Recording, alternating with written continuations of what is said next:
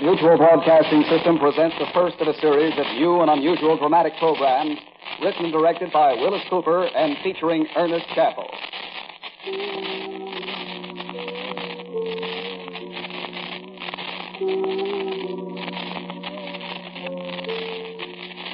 Quiet, please.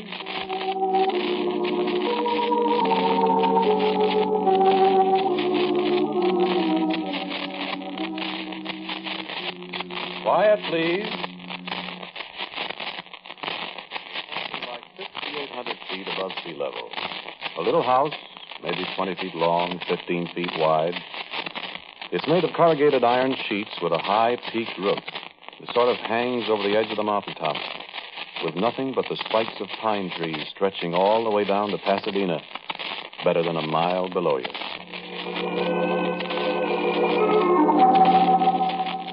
Did you ever get out to California? Well, if you do, go up there sometime and take a look at that little house. But look at it through the fence that surrounds it. That's far enough, through the fence. You go out Foothill Boulevard toward Pasadena, but you turn off on Angeles Crest Highway at La Canada. Just keep on driving uphill, and you'll get there. Just keep right on going. The top of Mount Wilson is the end of the highway. You ever look through a big telescope? At the sky at night? At the things up there? Things so far away you sprain your brain just trying to imagine how far away they are. With nothing between you and them. Billions and billions of miles of nothing. I don't know what it does to you, but, brother, I freeze. Listen, do you know there are holes in the sky? No, I mean it. I've seen them. There's a thing in the constellation Andromeda. No, wait a minute. I'm not going to get technical with you. Just listen. There's this thing, astronomers call it the Horsehead Nebula. You know what it is? It's a hole. It's a great big patch of nothing. Just nothing. There aren't any stars there. There's just a hole. No, nobody knows anything about it. Astronomers look at it, they take pictures of it, then there it stays. There it is now and tomorrow and the next day and 1,000,000 years from now. And it's been there always. Yes, it has. It's so far away that what you see now is the way it looked 1,000,000,000 years ago. Before there was anybody to see it, friends. And there's lots more of those places.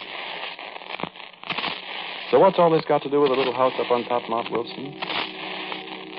I'll tell you.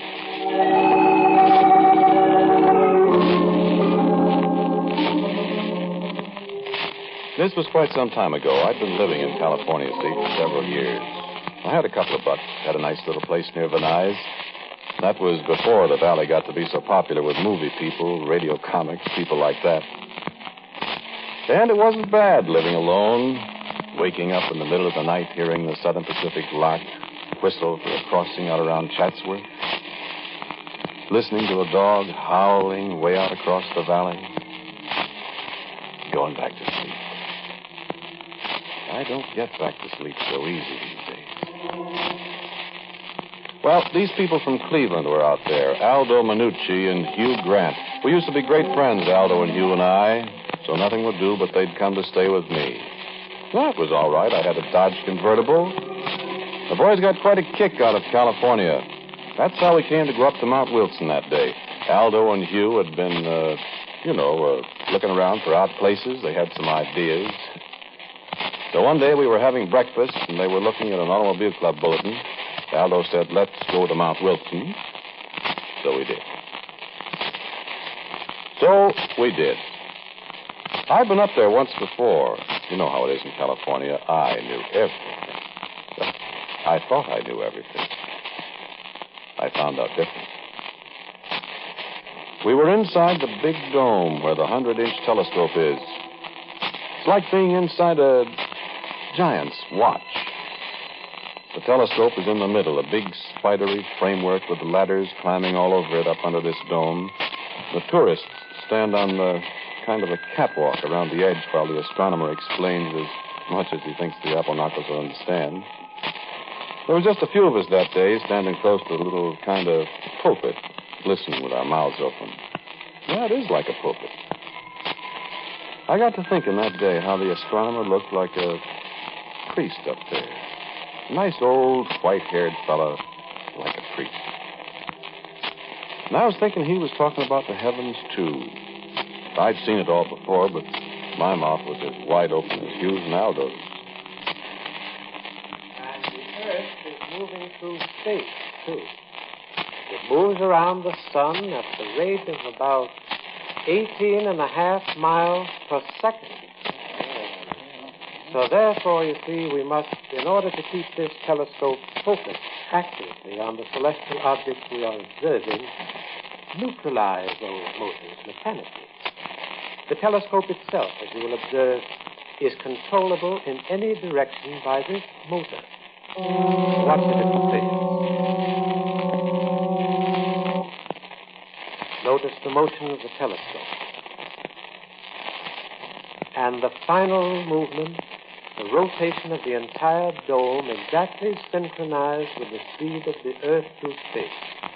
Watch through the shutters above his head.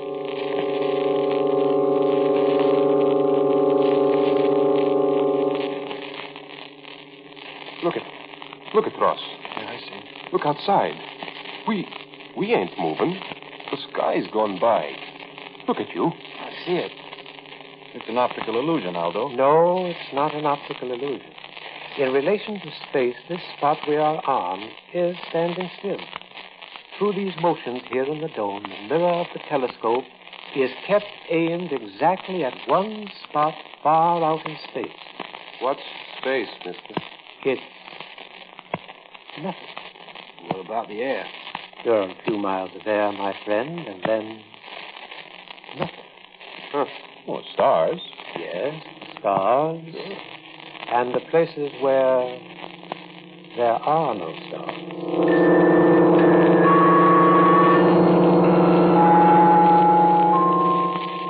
My skin twitched a little when he said that. The places where there are no stars. Did yours? Well, the show was over. We went outside into the sunlight. We walked across the long wooden bridge. There's a deep gully in front of the dome. And down a little path past the thing they call a coelostat. A small dome on legs about 100 feet high. Thing they study the sun and sunspots and things like that with. It was quiet up there along toward the middle of the afternoon. There was a chill in the air. We were just talking. It's an odd place, and you get kind of impressed. The people impress you. The astronomers. They live up there all by themselves. They look at the sky. They see things. You always get the feeling they know a lot more than they're telling. Like doctors. Like priests, I guess. Oh, I said that, didn't I? Well, that's what they're like. The path leads through the woods. Biggest live oaks you ever saw. Leads through the woods over to the old hotel. So I said, hey, how about a beer before we start down, huh? A beer. That's for me. Can you get hard liquor up here, Ross? No, I don't think so. Anyway, I wouldn't want to drink, not with all that mountain road ahead of me. No, sir. Don't take no drink, Ross. I don't want to ride that road with nobody's had a drink of liquor. Maybe you shouldn't have a beer, even. Oh, no, wait a minute. Beer won't hurt me. Hey, what's this fence for? Huh? Oh, I never noticed that before. That's quite a fence. A hard time getting over that. What would you want to get over it for? I don't know. What do you suppose is on the other side where they got this heavy fence? I don't see anything. Except that little house out there on stilts. Yeah, funny looking place. The fence goes right around it. Ain't there a gate? Oh, come on. Let's get a beer. No, I want to look at this, Ross. Probably they got something valuable in there. Sure, scientific instruments or something. This place is all full of that stuff. Hey, look. A sign. Huh? Where? Here. Oh, come on. Oh, wait. What's it say? The public is forbidden to pass beyond this fence under severe penalty. That all? Yeah. What do you suppose they got in that place? Don't know. I don't care. Hey, there's a door up at the end of that trestle. Maybe we could get back and get in through that other shed where the trestle starts, huh? What do you want to go in there for? Oh, come on. We got to get going. I'm just curious. You know what I mean. The place might come in handy. Oh, yeah. See? Especially if they keep everybody out like this. Well, the thing must be full of stuff, Hugh, like Ross said, scientific stuff. Yeah, might be, might not be. Hey, here comes that fellow that made the spiel up there. Well, ask him. He'd know. He won't tell you. Well, we'll find out. Hey, fella. How are you? Hey. Were you talking to me? Yeah. What's in that funny-looking building? Over there? Nothing. Yeah? What's the idea of the fence, then? You don't want people to go in there. Well, I'd sure like to see what's in it. I said there's nothing in there. You sure, mister? Yes, I'm absolutely sure. Could we get a pass to go in there, maybe? No. You saw the sign, didn't you? Yeah, it said something about the penalty of the law. You didn't read it very carefully. He didn't read it. I did. Read it again. Wait. The public forbidden to pass beyond this fence under severe penalty. See? I see what he means. He didn't say anything about the law. Ah, That's right. well then. There are other penalties. Oh. Tough guy, huh? No, not at all. Well, what does it mean, then? I'll give you a little friendly advice. I wouldn't try to find out if I were you. Oh, is that so? Yes. Do you really know what's in there, mister? Yes. What? Nothing. Okay, lads. Let's go get that beer.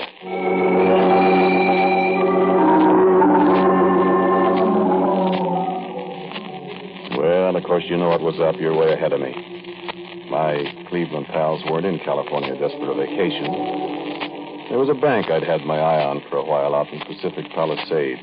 It wasn't the first bank that Minucci and Hugh Grant and I had worked a deal on. I didn't go much for this place up on Mount Wilson with nothing in it and a fence around it.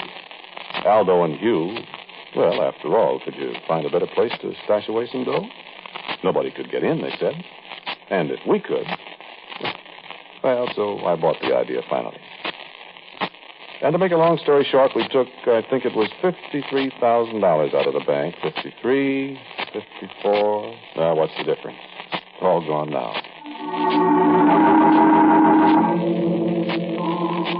It's a long drive from Pacific Palisades over Sunset Boulevard, then up Beverly Glen to the valley, through Van Nuys to Sunland, down past the sanitarium on Foothill Boulevard to where you turn off on the Angeles Crest Highway. The long drive, especially at 1 o'clock in the morning. That was when we pulled out of Pacific Palisades. It was summer. If after you turn on the mountain road, you're not allowed to smoke. You see, a fire warden might come along, and those guys can tell somebody smoking in a car a half mile off. They throw you in the can for it, forest fires. Well, we didn't want anybody stopping us. It was risky enough anyway, because practically nobody ever drives up there late at night. Well, early in the morning, I mean. Well, we didn't meet anybody. All three of us were jittery with no cigarettes. That road. Tough enough in daylight. Oh, in the dark. It was 4:30 when we got to the top.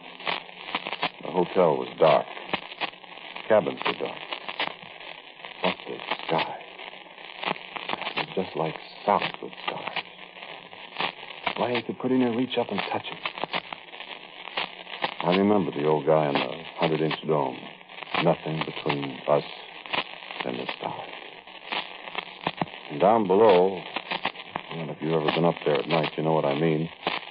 Just like looking down at stars. The lights are 17, 18, 19 pounds. Pasadena, Los Angeles, Hollywood, Van Nuys, San Fernando, Culver City, Santa Monica. It makes my hair stand on end when I think of it. And I haven't seen it for, well, never mind how many years. Well, we stumbled through the pitch dark. We got off the path 3 times, nearly fell downhill. And, brother, that'd be a fall. We still couldn't risk a cigarette. It was dark.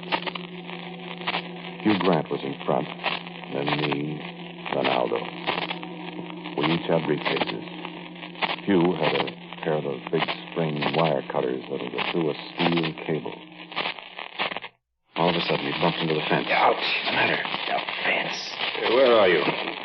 Stand still, will you? It's dark. Shut up. Listen for a minute. Hear anything? No. No? See anything? No? Look, What?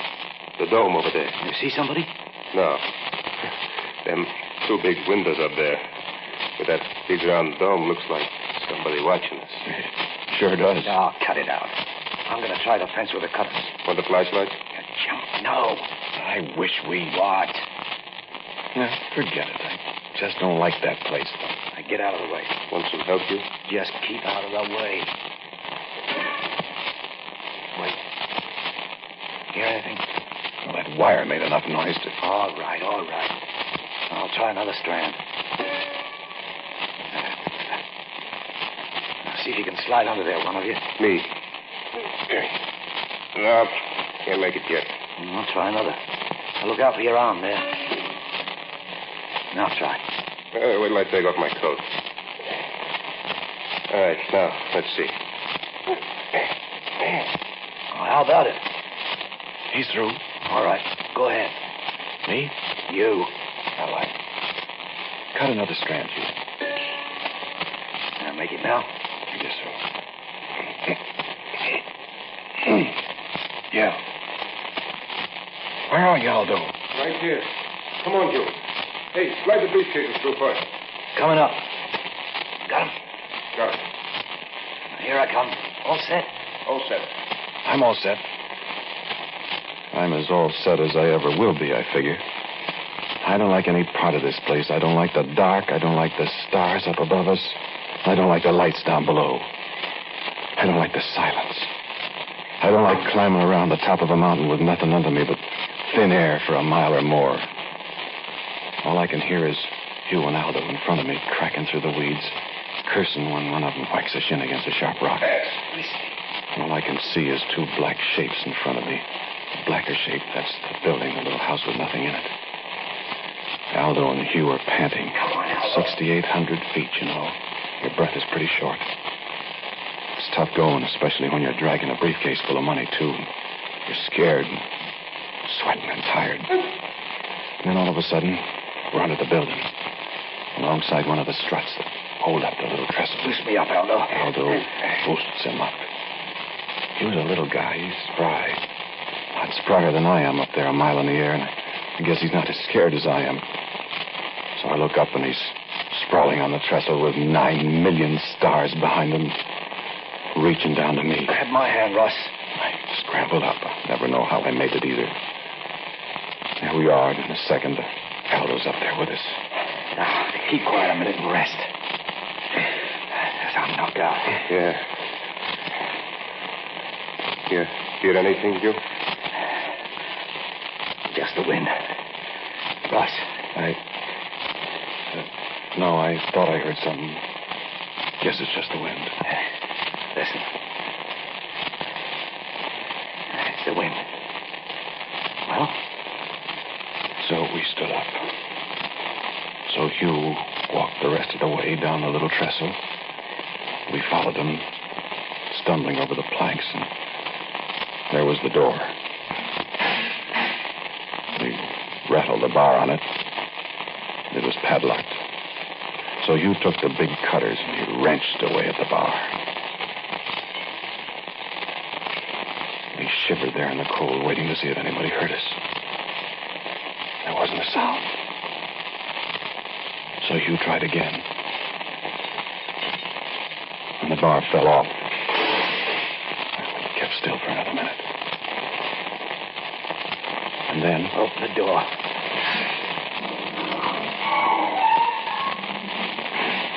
Hey, where's the flashlight? Wait. Nobody can see us. Put your fingers over it and turn it in there. Okay. I don't see anything. Well, the guy said there was nothing in there. I can't see a thing. Open up the light a little more. I got it open.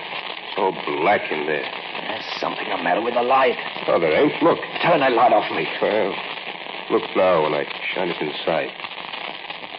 Nothing. Well, there's got to be something in there. Nothing, the man said. Can't even see the floor. Well, I'll find out if there's anything in there. No, don't go in. Can't tell what's liable to be. Well, look out. I'll toss a briefcase in. No. Throw the wire cutters in. Oh, where are they? Here. For the love of Mike, look out, will you? Keep still. You'll wake up the dead. Well, nobody heard us, I guess. A shot with luck tonight, no kidding. I'll give you them cutters. Here. Shine the light in there. Sure can't see anything, can you? Throw him in. Get out of the doorway. Keep the light in there. Go ahead. Throw him against the far wall. All right. Look out. Where'd they go? Tossed them hard enough to bounce. Move the light around. I can't see a thing. I can't either. They ought to be. The light just kind of seems to... Oh, cut it out. There's probably some kind of stuff on the floor. Powdered. Maybe they fell into it. Here, stand to one side, Ross. What are you going to do? I'm going in to look around. You got a gun, Aldo? Just this little 32. All right, come on. Russ, you stay here and watch and listen. I wouldn't go in there, Hugh. Nobody asked you to. I'm going. Come on, Aldo. Now, listen, you. You got the screaming Mimis, too. Now, come on with that gun. There's nothing in there. Look, Hugh. Come on, let's get out of here. Oh, shut up. Here. Might as well take the dough, too. We can stick it in there. Well, go ahead, Aldo, with the light. You go first. All right. Now stand there and keep your ears. Hey, Hugh. Where are you? Can't see him. Listen, Aldo, don't go in there. I got to. Hey, Hugh. Hugh. Where are you? Listen, Aldo. Keep your eyes and ears open now. We'll be right back. Hey, Hugh. You all right? You coming in, Hugh? Hugh. Aldo. What's in there? Hey, Hugh. Okay, Ross. Something's the matter with him. Here I come. Hugh. I'm gonna... Hugh. Hey, Hugh. Aldo. Hey, what's in there, you two? Hugh.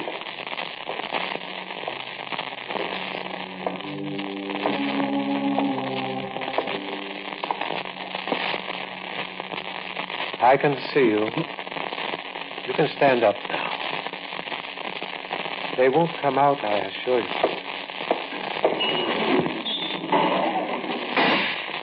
Come on, son. Stand up. I've got a gun. No, you haven't. Stand up. When my friends come out... They're not coming out, my friend. Stand up. You wouldn't believe me when I told you. What's in there? What's in there, I said? I told you there's nothing behind that door. My friends went in there. They're not there now. There's nothing in there. You understand me? There's nothing in there. Listen. No, you listen. No, I suppose it'll do no good to tell you. Tell me what? I'd better show you. Show me what? Come with me. No. Come with me. I won't. You've got to... Wait. Wait for me.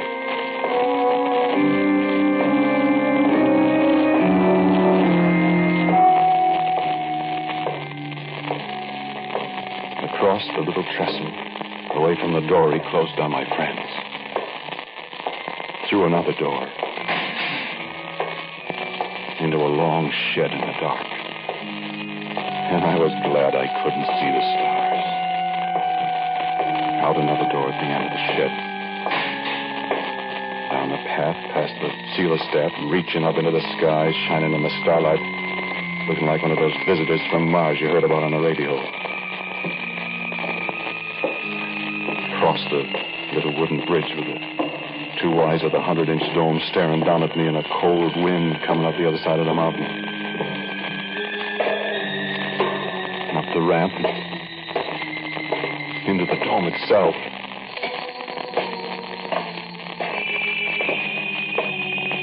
And up the iron stairs. Follow me.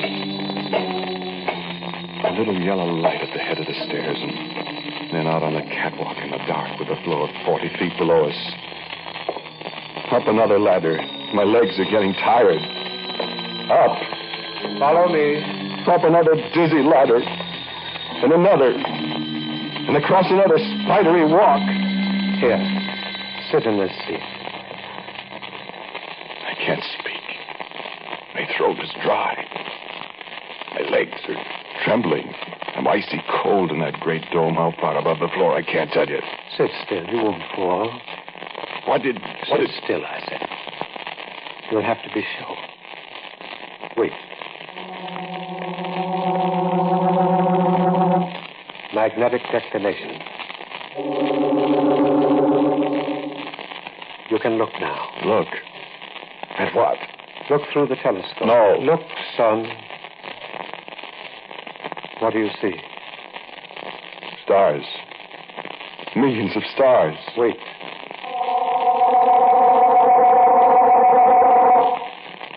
Look again. What do you see? Nothing. Nothing.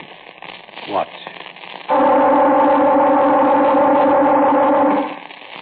Now? Stars again. Millions. No, a black cloud. Now? Nothing. That nothing you see is 1,000,000 light years away. What is it? There's nothing there to see. My friend, there are scores of places in this universe where there's nothing. Far places, near places. Do you understand what I mean? Is that what you meant when you said... When I said there's nothing behind that door? Yes. Well, where? Your friends? Your misguided friends? I don't know. Perhaps. Take your eye from the telescope. Wait.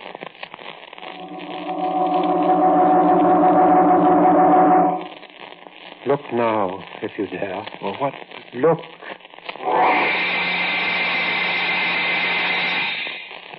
Yes.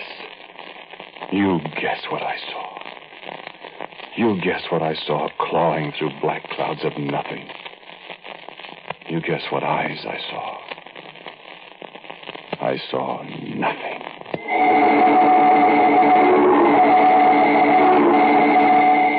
Yes, the little house is still there on Mount Wilson. You can go look at it if you want to. But don't go too close. Maybe somebody will tell you it's just a place where they store equipment. Maybe. Why do they keep the door locked then? Well, just one other thing. Don't you go around opening doors you don't know anything about. There might be nothing behind one of them.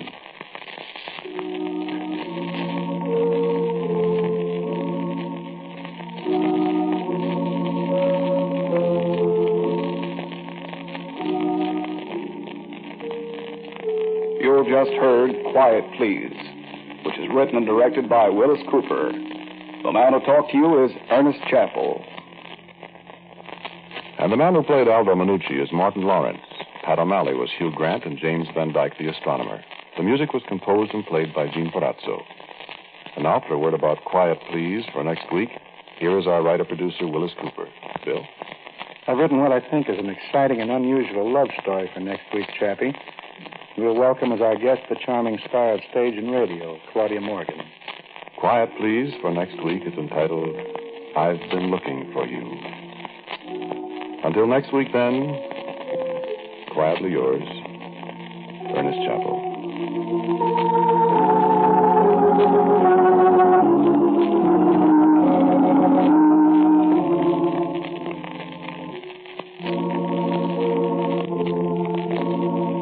This is the Mutual Broadcasting System.